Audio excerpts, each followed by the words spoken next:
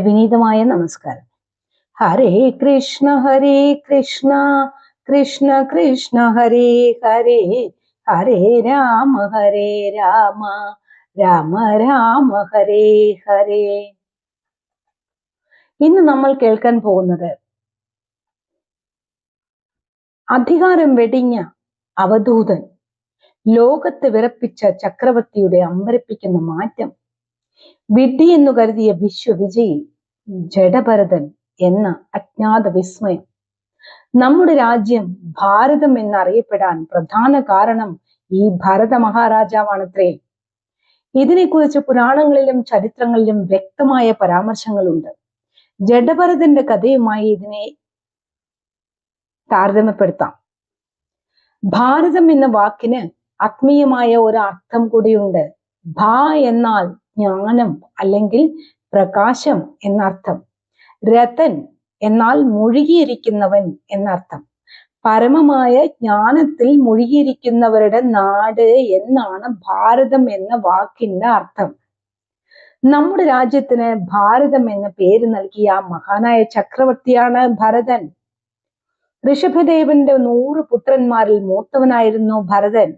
അദ്ദേഹം അതിപരാക്രമശാലിയും നീതിമാനുമായ ഒരു ചക്രവർത്തിയായിരുന്നു. അദ്ദേഹം ഈ ഭൂമിയെ മുഴുവൻ ഏകഛത്രാധിപതിയായി ഭരിക്കുകയും ധർമ്മം സ്ഥാപിക്കുകയും ചെയ്തിരുന്നു. വിഷ്ണു പുരാണത്തിലെ ഈ ശ്ലോകം ഇത് വ്യക്തമാക്കുന്നു.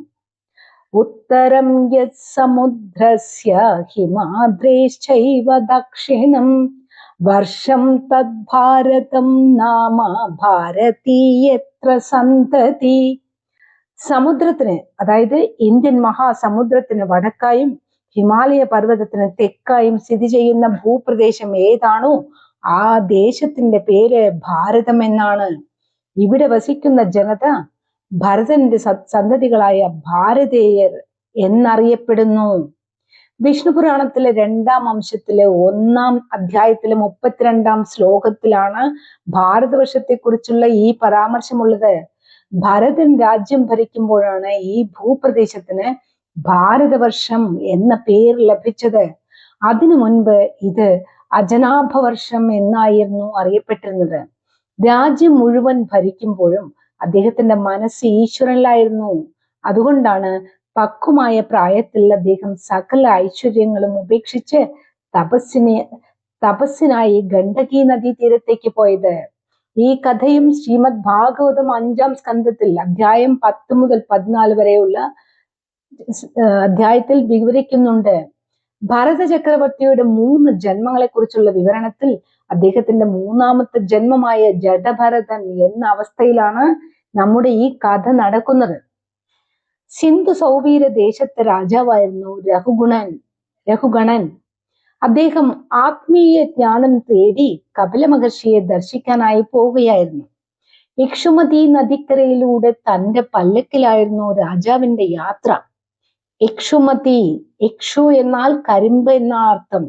കരിമ്പ് തോട്ടങ്ങൾ ധാരാളമുള്ള തീരങ്ങളിലൂടെ ഒഴുകുന്ന നദി എന്നതിലാണത്രേ ഈ നദിക്ക് ഇക്ഷു നദി എന്ന് പേര് ലഭിച്ചത്. പണ്ഡിതന്മാരുടെയും ചരിത്രകാരന്മാരുടെയും അഭിപ്രായത്തിൽ ഉത്തർപ്രദേശത്തിലെ കാളിന്തി നദി അഥവാ ഈ ഖാൻ നദിയാണ് പണ്ടത്തെ ഇക്ഷുമതി. ഇത് ഗംഗാ നദിയുടെ ഒരു പോഷക നദി കൂടെയാണ്. ഉത്തർപ്രദേശത്തിലെ കുരുക്ഷേത്രത്തിന് സമീപമുള്ള പ്രദേശങ്ങളിലൂടെയും ബുലന്ദ്ഷഹർ ജില്ലയിലൂടെയും ഈ നദി ഒഴുകുന്നു. രഘുഗണൻ രാജാവിന്റെ യാത്രയുടെ ലക്ഷ്യസ്ഥാനം കപിലാശ്രമം. യാത്രയുടെ ലക്ഷ്യം ജീവിതത്തിന്റെ പരമമായ സത്യത്തെക്കുറിച്ചും തത്വജ്ഞാനത്തെക്കുറിച്ചും കപിലമുനിയിൽ നിന്ന് ഉപദേശം തേടുക എന്നതായിരുന്നു. രാജാവ് തന്റെ പല്ലക്കിൽ യാത്ര ചെയ്തുകൊണ്ടിരിക്കുകയായിരുന്നു. യാത്രക്കിടയിൽ പല്ലക്ക് ചുമക്കുന്നവരിൽ ഒരാൾക്ക് അസുഖം ബാധിച്ചു. യാത്ര മുടങ്ങുമെന്ന അവസ്ഥ വന്നപ്പോൾ രാജാവിന്റെ ഭൃത്യന്മാർ പകരക്കാരനായി കരുത്തനായ ഒരാളെ തിരഞ്ഞു തുടങ്ങി. ആ സമയത്താണ് ഇക്ഷുമതി നദിയുടെ തീരത്തുള്ള ഒരു പാടത്തിന് സമീപം ജഡഭരതൻ നിശബ്ദനായിരിക്കുന്നത് ഭൃത്യന്മാരുടെ ശ്രദ്ധയിൽപ്പെട്ടത്. അദ്ദേഹത്തെ കണ്ടപ്പോൾ അവർക്ക് തോന്നിയ കാര്യങ്ങൾ. കരുത്തനായ യുവാവ്. ജഡഭരതൻ ശാരീരികമായി വളരെ പുഷ്ടിയുള്ളവനും ബലിഷ്ഠനുമായിരുന്നു. കണ്ടാൽ പല്ലക്ക് ചുമക്കാൻ ഏറ്റവും അനുയോജ്യനാണെന്ന് അവർക്ക് തോന്നി. അദ്ദേഹം ലോക കാര്യങ്ങളിൽ ശ്രദ്ധിക്കാതെ യാതൊരു ഭാവഭേദവുമില്ലാതെ ഒരു അവധൂതനെ പോലെ ഇരിക്കുകയായിരുന്നു. ഒരു വിഡ്ഢിയാണോ അതോ അലസനാണോ എന്ന് പോലും തിരിച്ചറിയാൻ കഴിഞ്ഞില്ലത്രേ. ആത്മജ്ഞാനിയായ അദ്ദേഹം തന്റെ അവസ്ഥ വെളിപ്പെടുത്താതെ ഒരു മൂകനെ പോലെ ഇരുന്നു, ഒരു ചോദ്യത്തിനും മറുപടി നൽകാതെ. ഭൃത്യന്മാർ അദ്ദേഹത്തിന്റെ യോഗ്യതയോ ആഗ്രഹമോ ഒന്നും ചോദിച്ചതുമില്ല, അറിഞ്ഞതുമില്ല. മറിച്ച് ശാരീരികമായ കരുത്തു മാത്രം കണ്ട് അദ്ദേഹത്തെ ബലം പ്രയോഗിച്ച് പല്ലക്ക് ചുമക്കാൻ കൂട്ടിക്കൊണ്ടുപോവുകയായിരുന്നു. ചില വ്യാഖ്യാനങ്ങൾ അനുസരിച്ച് ജഡഭരതന്റെ വീട്ടുകാർ അദ്ദേഹത്തെ വിഡ്ഢിയായി കണ്ട് കൃഷിയിടത്തിൽ കാവൽ നിൽക്കാൻ ഏൽപ്പിച്ചിരിക്കുകയായിരുന്നു. പക്ഷികൾ ധാന്യങ്ങൾ തിന്നു തീർക്കുമ്പോഴും അദ്ദേഹം ഒന്നും ചെയ്യാതെ നോക്കി നിൽക്കുമായിരുന്നു അത്രേ. ഇത്തരത്തിൽ വയലിൽ കാവലിരുന്ന സമയത്താണ് രാജാവിന്റെ ആളുകൾ അദ്ദേഹത്തെ പിടികൂടി പല്ലക്ക് ചുമക്കാൻ നിയോഗിച്ചത് എന്നും പറയപ്പെടുന്നു. പുരാതന ഭാരതത്തിലെ മഹാനായ ചക്രവർത്തിയായിരുന്നു ഭരതൻ. രാജ്യം ഭരിക്കുമ്പോഴും അദ്ദേഹം വലിയ ഭക്തനായിരുന്നു. ഒടുവിൽ വാർദ്ധക്യമായപ്പോൾ രാജ്യം പുത്രന്മാർക്ക് കൈമാറി അദ്ദേഹം ഹിമാലയത്തിലെ ഗണ്ഡകി നദീതീരത്ത് തപസ്സിനായി പോയി. ഭരത മഹാരാജാവ് തന്റെ രാജ്യം ഉപേക്ഷിച്ച് തപസ്സിനായി തിരഞ്ഞെടുത്തത് ഹിമാലയ സാനുക്കളിലെ പുലഹാശ്രമമായിരുന്നു. സകല സുഖഭോഗങ്ങളും ഉപേക്ഷിച്ച അദ്ദേഹം ഈശ്വര ധ്യാനത്തിൽ മാത്രം മുഴുകി. ഈ ആശ്രമത്തിന് അരികിലൂടെ ഒഴുകുന്ന പുണ്യ നദിയാണ് ഗണ്ഡകി. നേപ്പാളിലൂടെയും ഇന്ത്യയിലൂടെയും ഒഴുകുന്ന ഈ നദിയിൽ നിന്നാണ് പവിത്രമായ സാലഗ്രാമങ്ങൾ ലഭിക്കുന്നത് എന്ന് പറയപ്പെടുന്നു. ഒരിക്കൽ ഭരതൻ തന്റെ നിത്യകർമ്മങ്ങൾക്കായി ഗണ്ഡകി നദിയുടെ തീരത്തെത്തി. അദ്ദേഹം നദിയിൽ സ്നാനം ചെയ്ത് തീരത്തിൽ പ്രണവമന്ത്രം ജപിക്കുമ്പോൾ ദാഹിച്ചു വലഞ്ഞ ഒരു പെൺമാൻ നദീതീരത്തേക്ക് വന്നത് കണ്ടു. മാൻ വെള്ളം കുടിച്ചുകൊണ്ടിരിക്കെ പെട്ടെന്ന് കാട്ടിൽ ഒരു സിംഹത്തിന്റെ ഭയങ്കരമായ ഗർജനം മുഴങ്ങി. സിംഹത്തെ ഭയന്ന് ജീവൻ രക്ഷിക്കാനായി ആ ഗർഭിണിയായ മാൻ നദിക്ക് കുറുകെ ചാടി.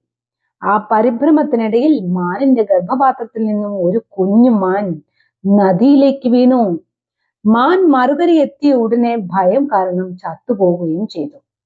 നദിയിലെ കുത്തൊഴുക്കിൽപ്പെട്ട് ഒഴുകിപ്പോകുന്ന ആ പാവം മാൻകുട്ടിയെ കണ്ടപ്പോൾ ഭരതന്റെ ഉള്ളിൽ കാരുണ്യം ഉണർന്നു. അദ്ദേഹം ആ മാൻകുഞ്ഞിനെ വെള്ളത്തിൽ നിന്നും രക്ഷപ്പെടുത്തി തന്റെ ആശ്രമത്തിലേക്ക് കൂട്ടിക്കൊണ്ടുപോയി. ഒരു യോഗിയായ ഭരതൻ സർവ്വതും ഉപേക്ഷിച്ചാണ് കാട്ടിലെത്തിയത്. എന്നാൽ ആ മാൻകുട്ടിയോടുള്ള കാരുണ്യം പിന്നീട് അമിതമായ മോഹമായി മാറിയത്രേ. ആ മാൻകുട്ടിയെ കുറിച്ചുള്ള ചിന്തയോട് അദ്ദേഹം മരിച്ചതുകൊണ്ടാണ് അടുത്ത ജന്മത്തിൽ ഒരു മാനിന്റെ ശരീരം സ്വീകരിക്കേണ്ടി വന്നത് എന്ന് പറയുന്നു. ആദ്യം കരുണ തോന്നിയ അദ്ദേഹം പതുക്കെ ആ മാൻകുട്ടിയുമായി അടുപ്പത്തിലായി. അദ്ദേഹം തപസ്സിരിക്കുമ്പോൾ മാൻകുട്ടി അടുത്തുണ്ടോ എന്ന് നോക്കും. അത് ദൂരെ പോകുമ്പോൾ ഒന്ന് ആശങ്കപ്പെടും. ഈശ്വരനെ ധ്യാനിക്കേണ്ട സമയത്ത് അദ്ദേഹത്തിന്റെ മനസ്സ് മുഴുവൻ മാൻകുട്ടിയെ കുറിച്ചുള്ള ചിന്തകളായി. ഒടുവിൽ മരണസമയത്ത് ഭരതന്റെ മനസ്സ് പൂർണ്ണമായും ആ മാൻകുട്ടിയിലായിരുന്നു. താൻ മരിച്ചു പോയാൽ ഇതിനെ ആര് നോക്കും എന്ന ചിന്തയോടെയാണ് അദ്ദേഹം പ്രാണൻ വെടിഞ്ഞത്.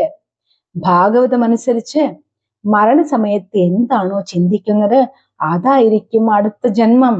അതിനാൽ ഭരതൻ അടുത്ത ജന്മത്തിൽ ഒരു മാനായി ജനിച്ചുവെന്ന്. ഇത്തവണ ഭരതൻ അതീവ ജാഗ്രത പാലിച്ചു. ആരോടും സംസാരിക്കാതെ, ഒന്നിനോടും മമത കാണിക്കാതെ, ഒരു ഭ്രാന്തനെ പോലെയോ ജഡത്തെ പോലെയോ. അതുകൊണ്ടാണ് ജഡഭരതൻ എന്ന് വിളിക്കപ്പെട്ടത്. ലോകം അദ്ദേഹത്തെ പരിഹസിച്ചു. പക്ഷേ അദ്ദേഹം ഉള്ളിൽ സമാധാനം അനുഭവിച്ചറിഞ്ഞു. മുൻ ജന്മത്തിൽ ഗണ്ഡകി നദിയിലെ ആ മാൻകുഞ്ഞിനോടുണ്ടായ മമത തന്റെ ആത്മീയ പതനത്തിന് കാരണമായത് ആ ഭരതൻ തിരിച്ചറിഞ്ഞു. ആ ജന്മം തീർന്നപ്പോൾ അദ്ദേഹം ഒരു ബ്രാഹ്മണ കുടുംബത്തിൽ ജഡഭരതനായി ജനിച്ചു. ഈ ജന്മത്തിൽ ഒരു ജഡത്തെ പോലെ നിസ്സംഗനായി ജീവിക്കുമ്പോഴും തന്റെ ഓരോ ചുവടുവയ്പിലും അഹിംസയും ആത്മീയതയും ജാഗ്രതയും കൈവിട്ടിരുന്നില്ല. ഈ ജാഗ്രതയുടെ പല്ലക്ക് ചുമന്നതാണ് രാജാവിനെ പ്രകോപിപ്പിച്ചതും പിന്നീട് അദ്ദേഹത്തിന്റെ ജീവിതം തന്നെ മാറ്റിമറിച്ച മഹത്തായ ഉപദേശത്തിന് വഴിയൊരുക്കിയതും. പല്ലക്ക് ചുമന്ന മറ്റു ചുമട്ടുകാർക്കൊപ്പം പല്ലക്ക് വഹിക്കുമ്പോൾ ജഡഭരതന്റെ രീതി തികച്ചും വ്യത്യസ്തമായിരുന്നു. അദ്ദേഹം ഓരോ ചുവടും വയ്ക്കുന്നത് അതീവ ശ്രദ്ധയോടെയായിരുന്നു. ഒരു ജ്ഞാനിയായ അദ്ദേഹം തന്റെ പാദത്തിനടിയിൽപ്പെട്ട് ഒരു കുഞ്ഞു ഉറുമ്പോ പ്രാണിയോ പോലും മരിക്കാൻ പാടില്ല എന്ന അഹിംസ മനോഭാവം പുലർത്തിയിരുന്നു. മറ്റു ചുമട്ടുകാർ വേഗത്തിൽ നടക്കുമ്പോൾ നിലത്ത് ഉറുമ്പുകളുണ്ടോ എന്ന് നോക്കി നടന്നിരുന്ന ജഡഭരതൻ ഇടയ്ക്കിടെ ചുവടുകൾ മാറ്റുകയോ നിൽക്കുകയോ ചെയ്തിരുന്നു. സ്വാഭാവികമായും ഇത് പല്ലക്കിന്റെ താളം തെറ്റിച്ചു. പല്ലക്ക് വല്ലാതെ ആടിത്തുടങ്ങിയപ്പോൾ അകത്ത് നിന്ന് രാജാവിന് അസ്വസ്ഥതയും അനുഭവപ്പെട്ടു. കോപിഷ്ഠനായ രഘുഗുണ രാജാവ് ചുമട്ടുകാരെ ശകാരിച്ചു. ചുമട്ടുകാരെല്ലാം, പ്രഭോ, ഞങ്ങളെല്ലാം കൃത്യമായാണ് നടക്കുന്നത്. പുതിയതായി വന്ന ആൾ ഈ ജഡഭരതൻ കാരണമാണ് താളം തെറ്റുന്നതെന്ന് ചുമട്ടുകാർ അറിയിച്ചു. രാജാവ് പരിഹാസ രൂപേണ ജഡഭരതനോട് ചോദിച്ചു, കഠിനമായ അധ്വാനമോ ആർഭാടമായ ഭക്ഷണമോ ഇല്ലാതിരുന്നിട്ടും അദ്ദേഹത്തിന്റെ ശരീരം നല്ല പുഷ്ടിയുള്ളതും ബലവിഷ്ടവുമായിരുന്നു. അതിന് കാരണം ഭൗതികമായ ഭക്ഷണമല്ല, മറിച്ച് അദ്ദേഹത്തിന്റെ ഉള്ളിലെ ആനന്ദം തന്നെയായിരുന്നു. എണ്ണ തേക്കാതെ പാറിപ്പറക്കുന്ന മുടിയും പൊടി പിടിച്ച ശരീരവും ചാരത്താൽ മൂടപ്പെട്ട കനൽ പോലെ അദ്ദേഹത്തിന്റെ ഉള്ളിലെ ബ്രഹ്മ തേജസ് ആ ശരീരത്തിന് ഒരു കാന്തി നൽകിയിരുന്നു. അദ്ദേഹം തന്റെ ശരീരത്തെ ഒട്ടും ശ്രദ്ധിച്ചിരുന്നില്ല. താൻ വെറും ഒരു ആത്മാവാണെന്ന ബോധം അദ്ദേഹത്തിന് ശരീരത്തോടുള്ള മമത ഇല്ലാതാക്കി. പല്ലക്കാടിയപ്പോൾ കുപിതനായ രഘുഗുണ രാജാവ് ജഡഭരതനെ നോക്കി പരിഹാസ ശരങ്ങൾ തൊടുത്തുവിട്ടു. ആ വാക്കുകളിൽ വലിയൊരു വിരോധാഭാസമുണ്ടായിരുന്നു. രഘുഗുണ രാജാവ് പറഞ്ഞു, അല്ലയോ സുഹൃത്തെ, അങ്ങ് ശരിക്കും തളർന്നു പോയല്ലോ. എത്രയോ ദൂരമായി അങ്ങ് ഒറ്റയ്ക്ക് പല്ലക്ക് ചുമക്കുന്നുവല്ലോ. അങ്ങയുടെ ശരീരം പാവം എത്ര മെലിഞ്ഞതും ദുർബലവുമാണ്. വാർദ്ധക്യം അങ്ങയെ വല്ലാതെ ബാധിച്ചിരിക്കുന്നുവെന്ന് തോന്നുന്നു. എല്ലാം ഇങ്ങനെ വിപരീതമായി പറഞ്ഞുകൊണ്ട് പരിഹസിച്ചു. രാജാവിന്റെ പരിഹാസത്തിന് മറുപടിയായി ജഡഭരതൻ ആദ്യം ഒന്നും മിണ്ടിയില്ല. വീണ്ടും ജഡഭരതനോട് പറഞ്ഞപ്പോൾ ജഡഭരതൻ പറഞ്ഞു, രാജാവേ, ചുമക്കുന്നവനും ചുമക്കപ്പെടുന്നതും ഈ ഭൗതിക ശരീരങ്ങളാണ്. ഭാരം അനുഭവപ്പെടുന്നത് ശരീരത്തിനാണ്, ആത്മാവിനല്ല. ഞാൻ എന്ന ആത്മാവ് ഭാരം വഹിക്കുന്നുമില്ല. തടിച്ചവനെന്നും മെലിഞ്ഞവനുമെന്നുള്ള വ്യത്യാസം ഈ ശരീരത്തിൻ്റെത് മാത്രമാണ്. രാജാവെന്നും ഭൃത്യനുമെന്നുമുള്ള വേർതിരിവും ഈ ലോകത്തിലെ വെറും വേഷങ്ങൾ മാത്രമാണ്. ഈ വാക്കുകളിലെ ആഴമേറിയ തത്വചിന്തയും ജഡഭരതന്റെ മുഖത്ത് അസാധാരണമായ ശാന്തിയും കണ്ടപ്പോൾ താൻ പരിഹസിച്ചത് ഒരു സാധാരണക്കാരനെയല്ല, മറിച്ച് ഒരു മഹാജ്ഞാനിയെയാണെന്ന് രാജാവിന് മനസ്സിലായി. പല്ലക്കിൽ നിന്നും ചാടിയിറങ്ങിയ രാജാവ് തന്റെ അഹങ്കാരം വെടിഞ്ഞ് ആ മഹാത്മാവിന്റെ പാദങ്ങളിൽ വീണ് മാപ്പിരക്കുകയും ആത്മജ്ഞാനം ഉപദേശിച്ചു തരാൻ അപേക്ഷിക്കുകയും ചെയ്തു. ഒരു മൗനിയായ ജഡം എന്ന് ലോകം കരുതിയ ആ രൂപത്തിൽ നിന്ന് ബ്രഹ്മജ്ഞാനത്തിന്റെ പ്രകാശം പുറത്തേക്ക് വന്ന നിമിഷമായിരുന്നു അത്. ജ്ഞാനം തേടി ഗുരുവിലേക്ക് പോകുന്ന രാജാവിന് വഴിമധ്യേ തന്നെ ഒരു അവധൂതന്റെ രൂപത്തിൽ ജ്ഞാനം ലഭിക്കുന്നു എന്നതാണ് ഈ കഥയുടെ സവിശേഷത. രാജാവിന്റെ അഹങ്കാരം ശമിക്കാനും യഥാർത്ഥ അറിവ് എന്താണെന്ന് മനസ്സിലാക്കാനും ഈ കൂടിക്കാഴ്ച കാരണമായി. രാജാവേ, നിങ്ങൾ പറയുന്നത് സത്യമാണ്. ഭാരം ചുമക്കുന്നതിനാൽ എനിക്ക് ക്ഷീണമുണ്ടെന്നും എന്റെ നടപ്പ് ശരിയില്ലെന്നും നിങ്ങൾ പറയുന്നു. എന്നാൽ ഞാൻ എന്നത് ഈ ശരീരമല്ല. ശരീരം മാറ്റങ്ങൾക്ക് വിധേയമാണ്. അതിന് തടിച്ചതെന്നോ മെലിഞ്ഞതെന്നോ രോഗമെന്നോ ദുഃഖമെന്നോ എല്ലാം ഉണ്ട്. എന്നാൽ ആത്മാവിന് ഇതൊന്നുമില്ല. നിങ്ങൾ രാജാവാണെന്നും അങ്ങയുടെ പല്ലക്ക് ചുമക്കുന്ന ഭൃത്യനാണ് ഞാൻ എന്നും അങ്ങ് കരുതുന്നു. എന്നാൽ ഈ ബന്ധങ്ങളെല്ലാം ലൗകികമായ മായ മാത്രമാണ്. ഇന്നത്തെ രാജാവ് നാളത്തെ ഭൃത്യനായേക്കാം.